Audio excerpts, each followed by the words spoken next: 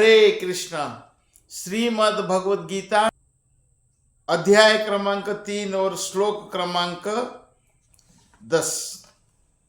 सह यज्ञ प्रजा सृष्ट्वा पुरोवाच प्रजापति अनेन प्रसविष्यध्वम् एष व अस्तु इष्ट कामधुक्।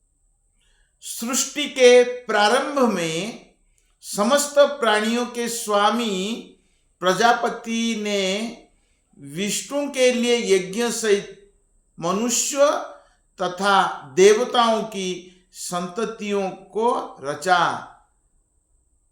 और उनसे कहा, तुम इस यज्ञ से सुखी रहो, क्योंकि इसके करने से तुम्हें सुख पूर्वक रहने तथा मुक्ति प्राप्त करने के लिए समस्त वांछित वस्तुएं प्राप्त हो सकेगी। भगवान निष्काम कर्म योग के बारे वर्णन किए। श्लोक नंबर 3 से 9 तक। यज्ञ रूप में विष्णु का प्रसन्नता के लिए कर्म करना चाहिए। विष्णु का प्रसन्नता के लिए कर्म करेंगे तो कर्म का बंधन नहीं होगा। निष्काम कर्म योग, निष्काम कर्म करना चाहिए, किसी प्रकार के कामना नहीं है। अभी यहां से बता रहे हैं सकाम कर्म। यज्ञ करने से क्या लाभ होता है। यज्ञ करने से तुम्हें सुख पूर्वक रहने तथा मुक्ति प्राप्त करने के लिए समस्त वांछित वस्तुएं प्राप्त हो सकेगी। तो यज्ञ करने से अनेक प्रकार के वांछित वस्तु प्राप्त होगा। तो ये सकाम कर्म के बारे बताते हैं भगवान। कहते हैं इस सृष्टि के सारे जीव प्रकृति के द्वारा बद्ध है, क्योंकि उन्होंने श्री विष्णु या कृष्ण के साथ अपने संबंध को भुला दिया है।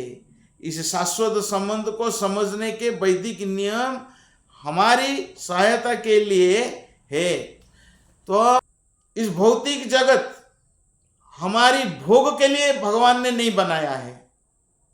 भौतिक जगत भगवान ने बनाया है कि हमारा जो शाश्वत संबंध है भगवान के साथ हम भूल चुके हैं।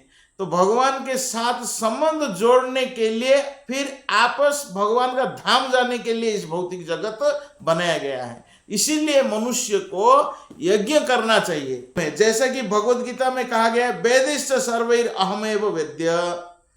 भगवान का कथन है वेदों का उद्देश्य मुझे समझना है।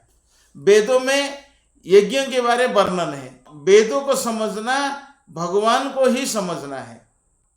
इस श्लोक में महत्वपूर्ण शब्द प्रजापति।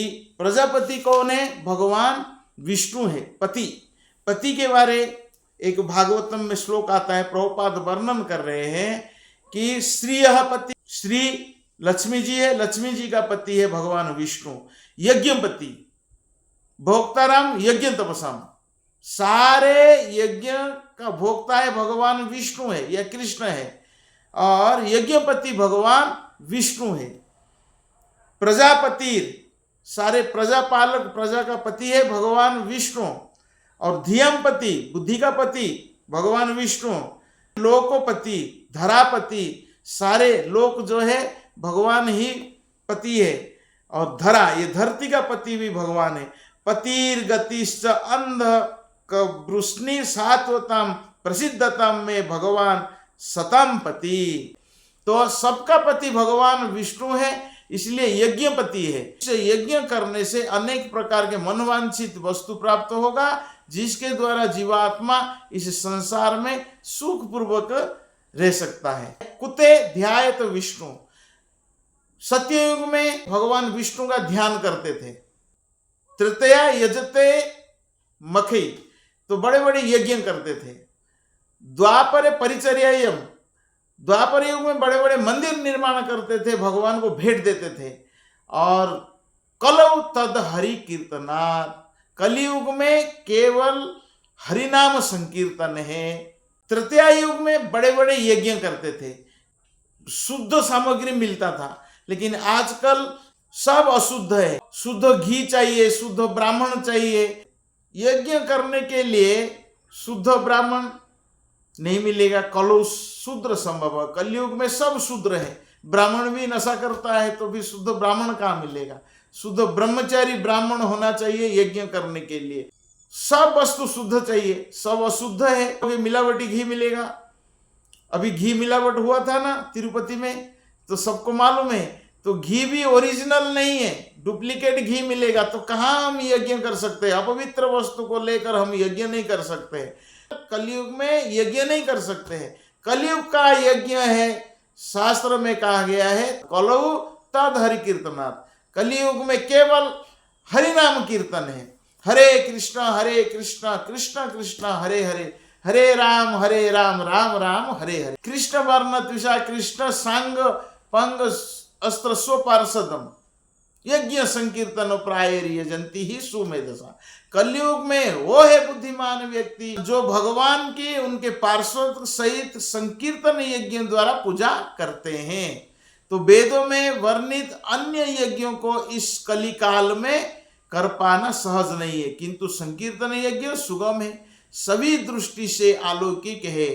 तो इसीलिए कलयुग में केवल नाम संकीर्तन। देवान भावयतानेन ते देवा भावयन्तु परस्परम भावयन्तः श्रेय परम अवाप्स्यथ।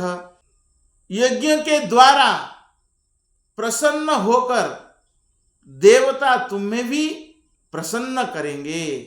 तो जब यज्ञ करते हैं देवताएं प्रसन्न होते हैं और तुम्हें भी प्रसन्न करेंगे।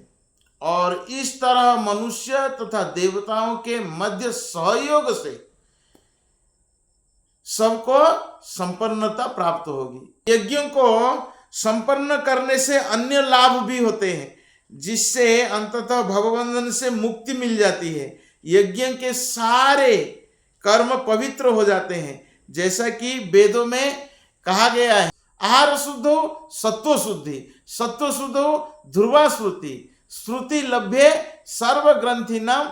जैसा आहार है जब शुद्ध करेंगे, जब यज्ञ में अर्पित भोजन प्रसाद के रूप में हम स्वीकार करेंगे तो हमारी सत्व शुद्धि होगा।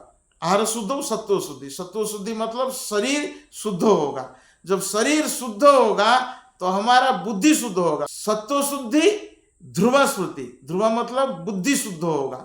बुद्धि शुद्ध होने के बाद सर्व ग्रंथि नाम विप्रमुख्य श्रुति लभ्य।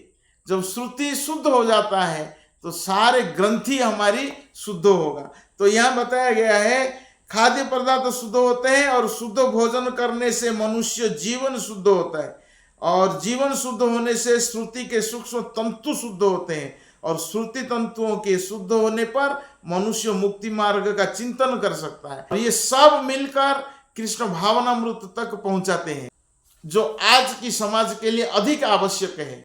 आगे श्लोक, इष्टान भोगान ही वो देवा दास्यन्ते यज्ञ भाविता कैर्दतान प्रदायेभ्यो यो भुंक्ते स्तेन एव स। जीवन की विभिन्न आवश्यकताओं की पूर्ति करने वाले विभिन्न देवता यज्ञ संपन्न होने पर प्रसन्न होकर तुम्हारी सारी आवश्यकताओं की पूर्ति करेंगे। किंतु जो इन उपहार को देवताओं को अर्पित किए बिना भोगता है वो निश्चित रूप से चोर है। तो यहाँ श्लोक में कहते हैं कि जब हम यज्ञ संपन्न करेंगे, यज्ञ के द्वारा देवताएं प्रसन्न होंगे और प्रसन्न होकर हमारी सारे आवश्यकता को पूर्ण करेंगे। ऐसा ही तो देवताएं सारे वस्तु हमें प्रदान करते हैं। जैसे सांस ले रहे, तो ये सांस लेने के लिए वायुदेव हमें ऑक्सीजन देते हैं, इंद्रदेव हमें पानी देते हैं, अग्निदेव हमें अग्नि देते हैं, सूर्यदेव हमें रोशनी देते हैं। अगर सूर्यदेव हमको रोशनी नहीं देंगे दिन का भी लाइट बिल आएगा। दिन में हमको लाइट की आवश्यकता नहीं पड़ता है, रात का बिल इतना है तो दिन का बिल भर ही नहीं सकते। फिर 8 घंटे के बदले 16 घंटा काम करना पड़ेगा। पानी बिल भी भरते हैं, लेकिन इंद्रदेव फ्री में पानी दिया, हमने कभी बिल भरा है क्या? नहीं भरा। लाइट बिल कभी भरते हैं क्या दिन का? नहीं भरा, नहीं भरते हैं। और ऑक्सीजन, डॉक्टर के पास जाते हैं, 1 घंटा अगर ऑक्सीजन उसका चार्जेस क्या है, तो 24 घंटा भगवान ने ऑक्सीजन दिया, उसका कभी बिल भरते हैं क्या? नहीं, हर वस्तु हमें फ्री ऑफ कॉस्ट मिला हुआ है। तो भगवान देवताओं के द्वारा सारे मनोवांछित वस्तु प्रदान किए हैं। तो भगवान कहते हैं उसका सब बिल भरो। कलयुग में भगवान का नाम लेना बहुत आसान है।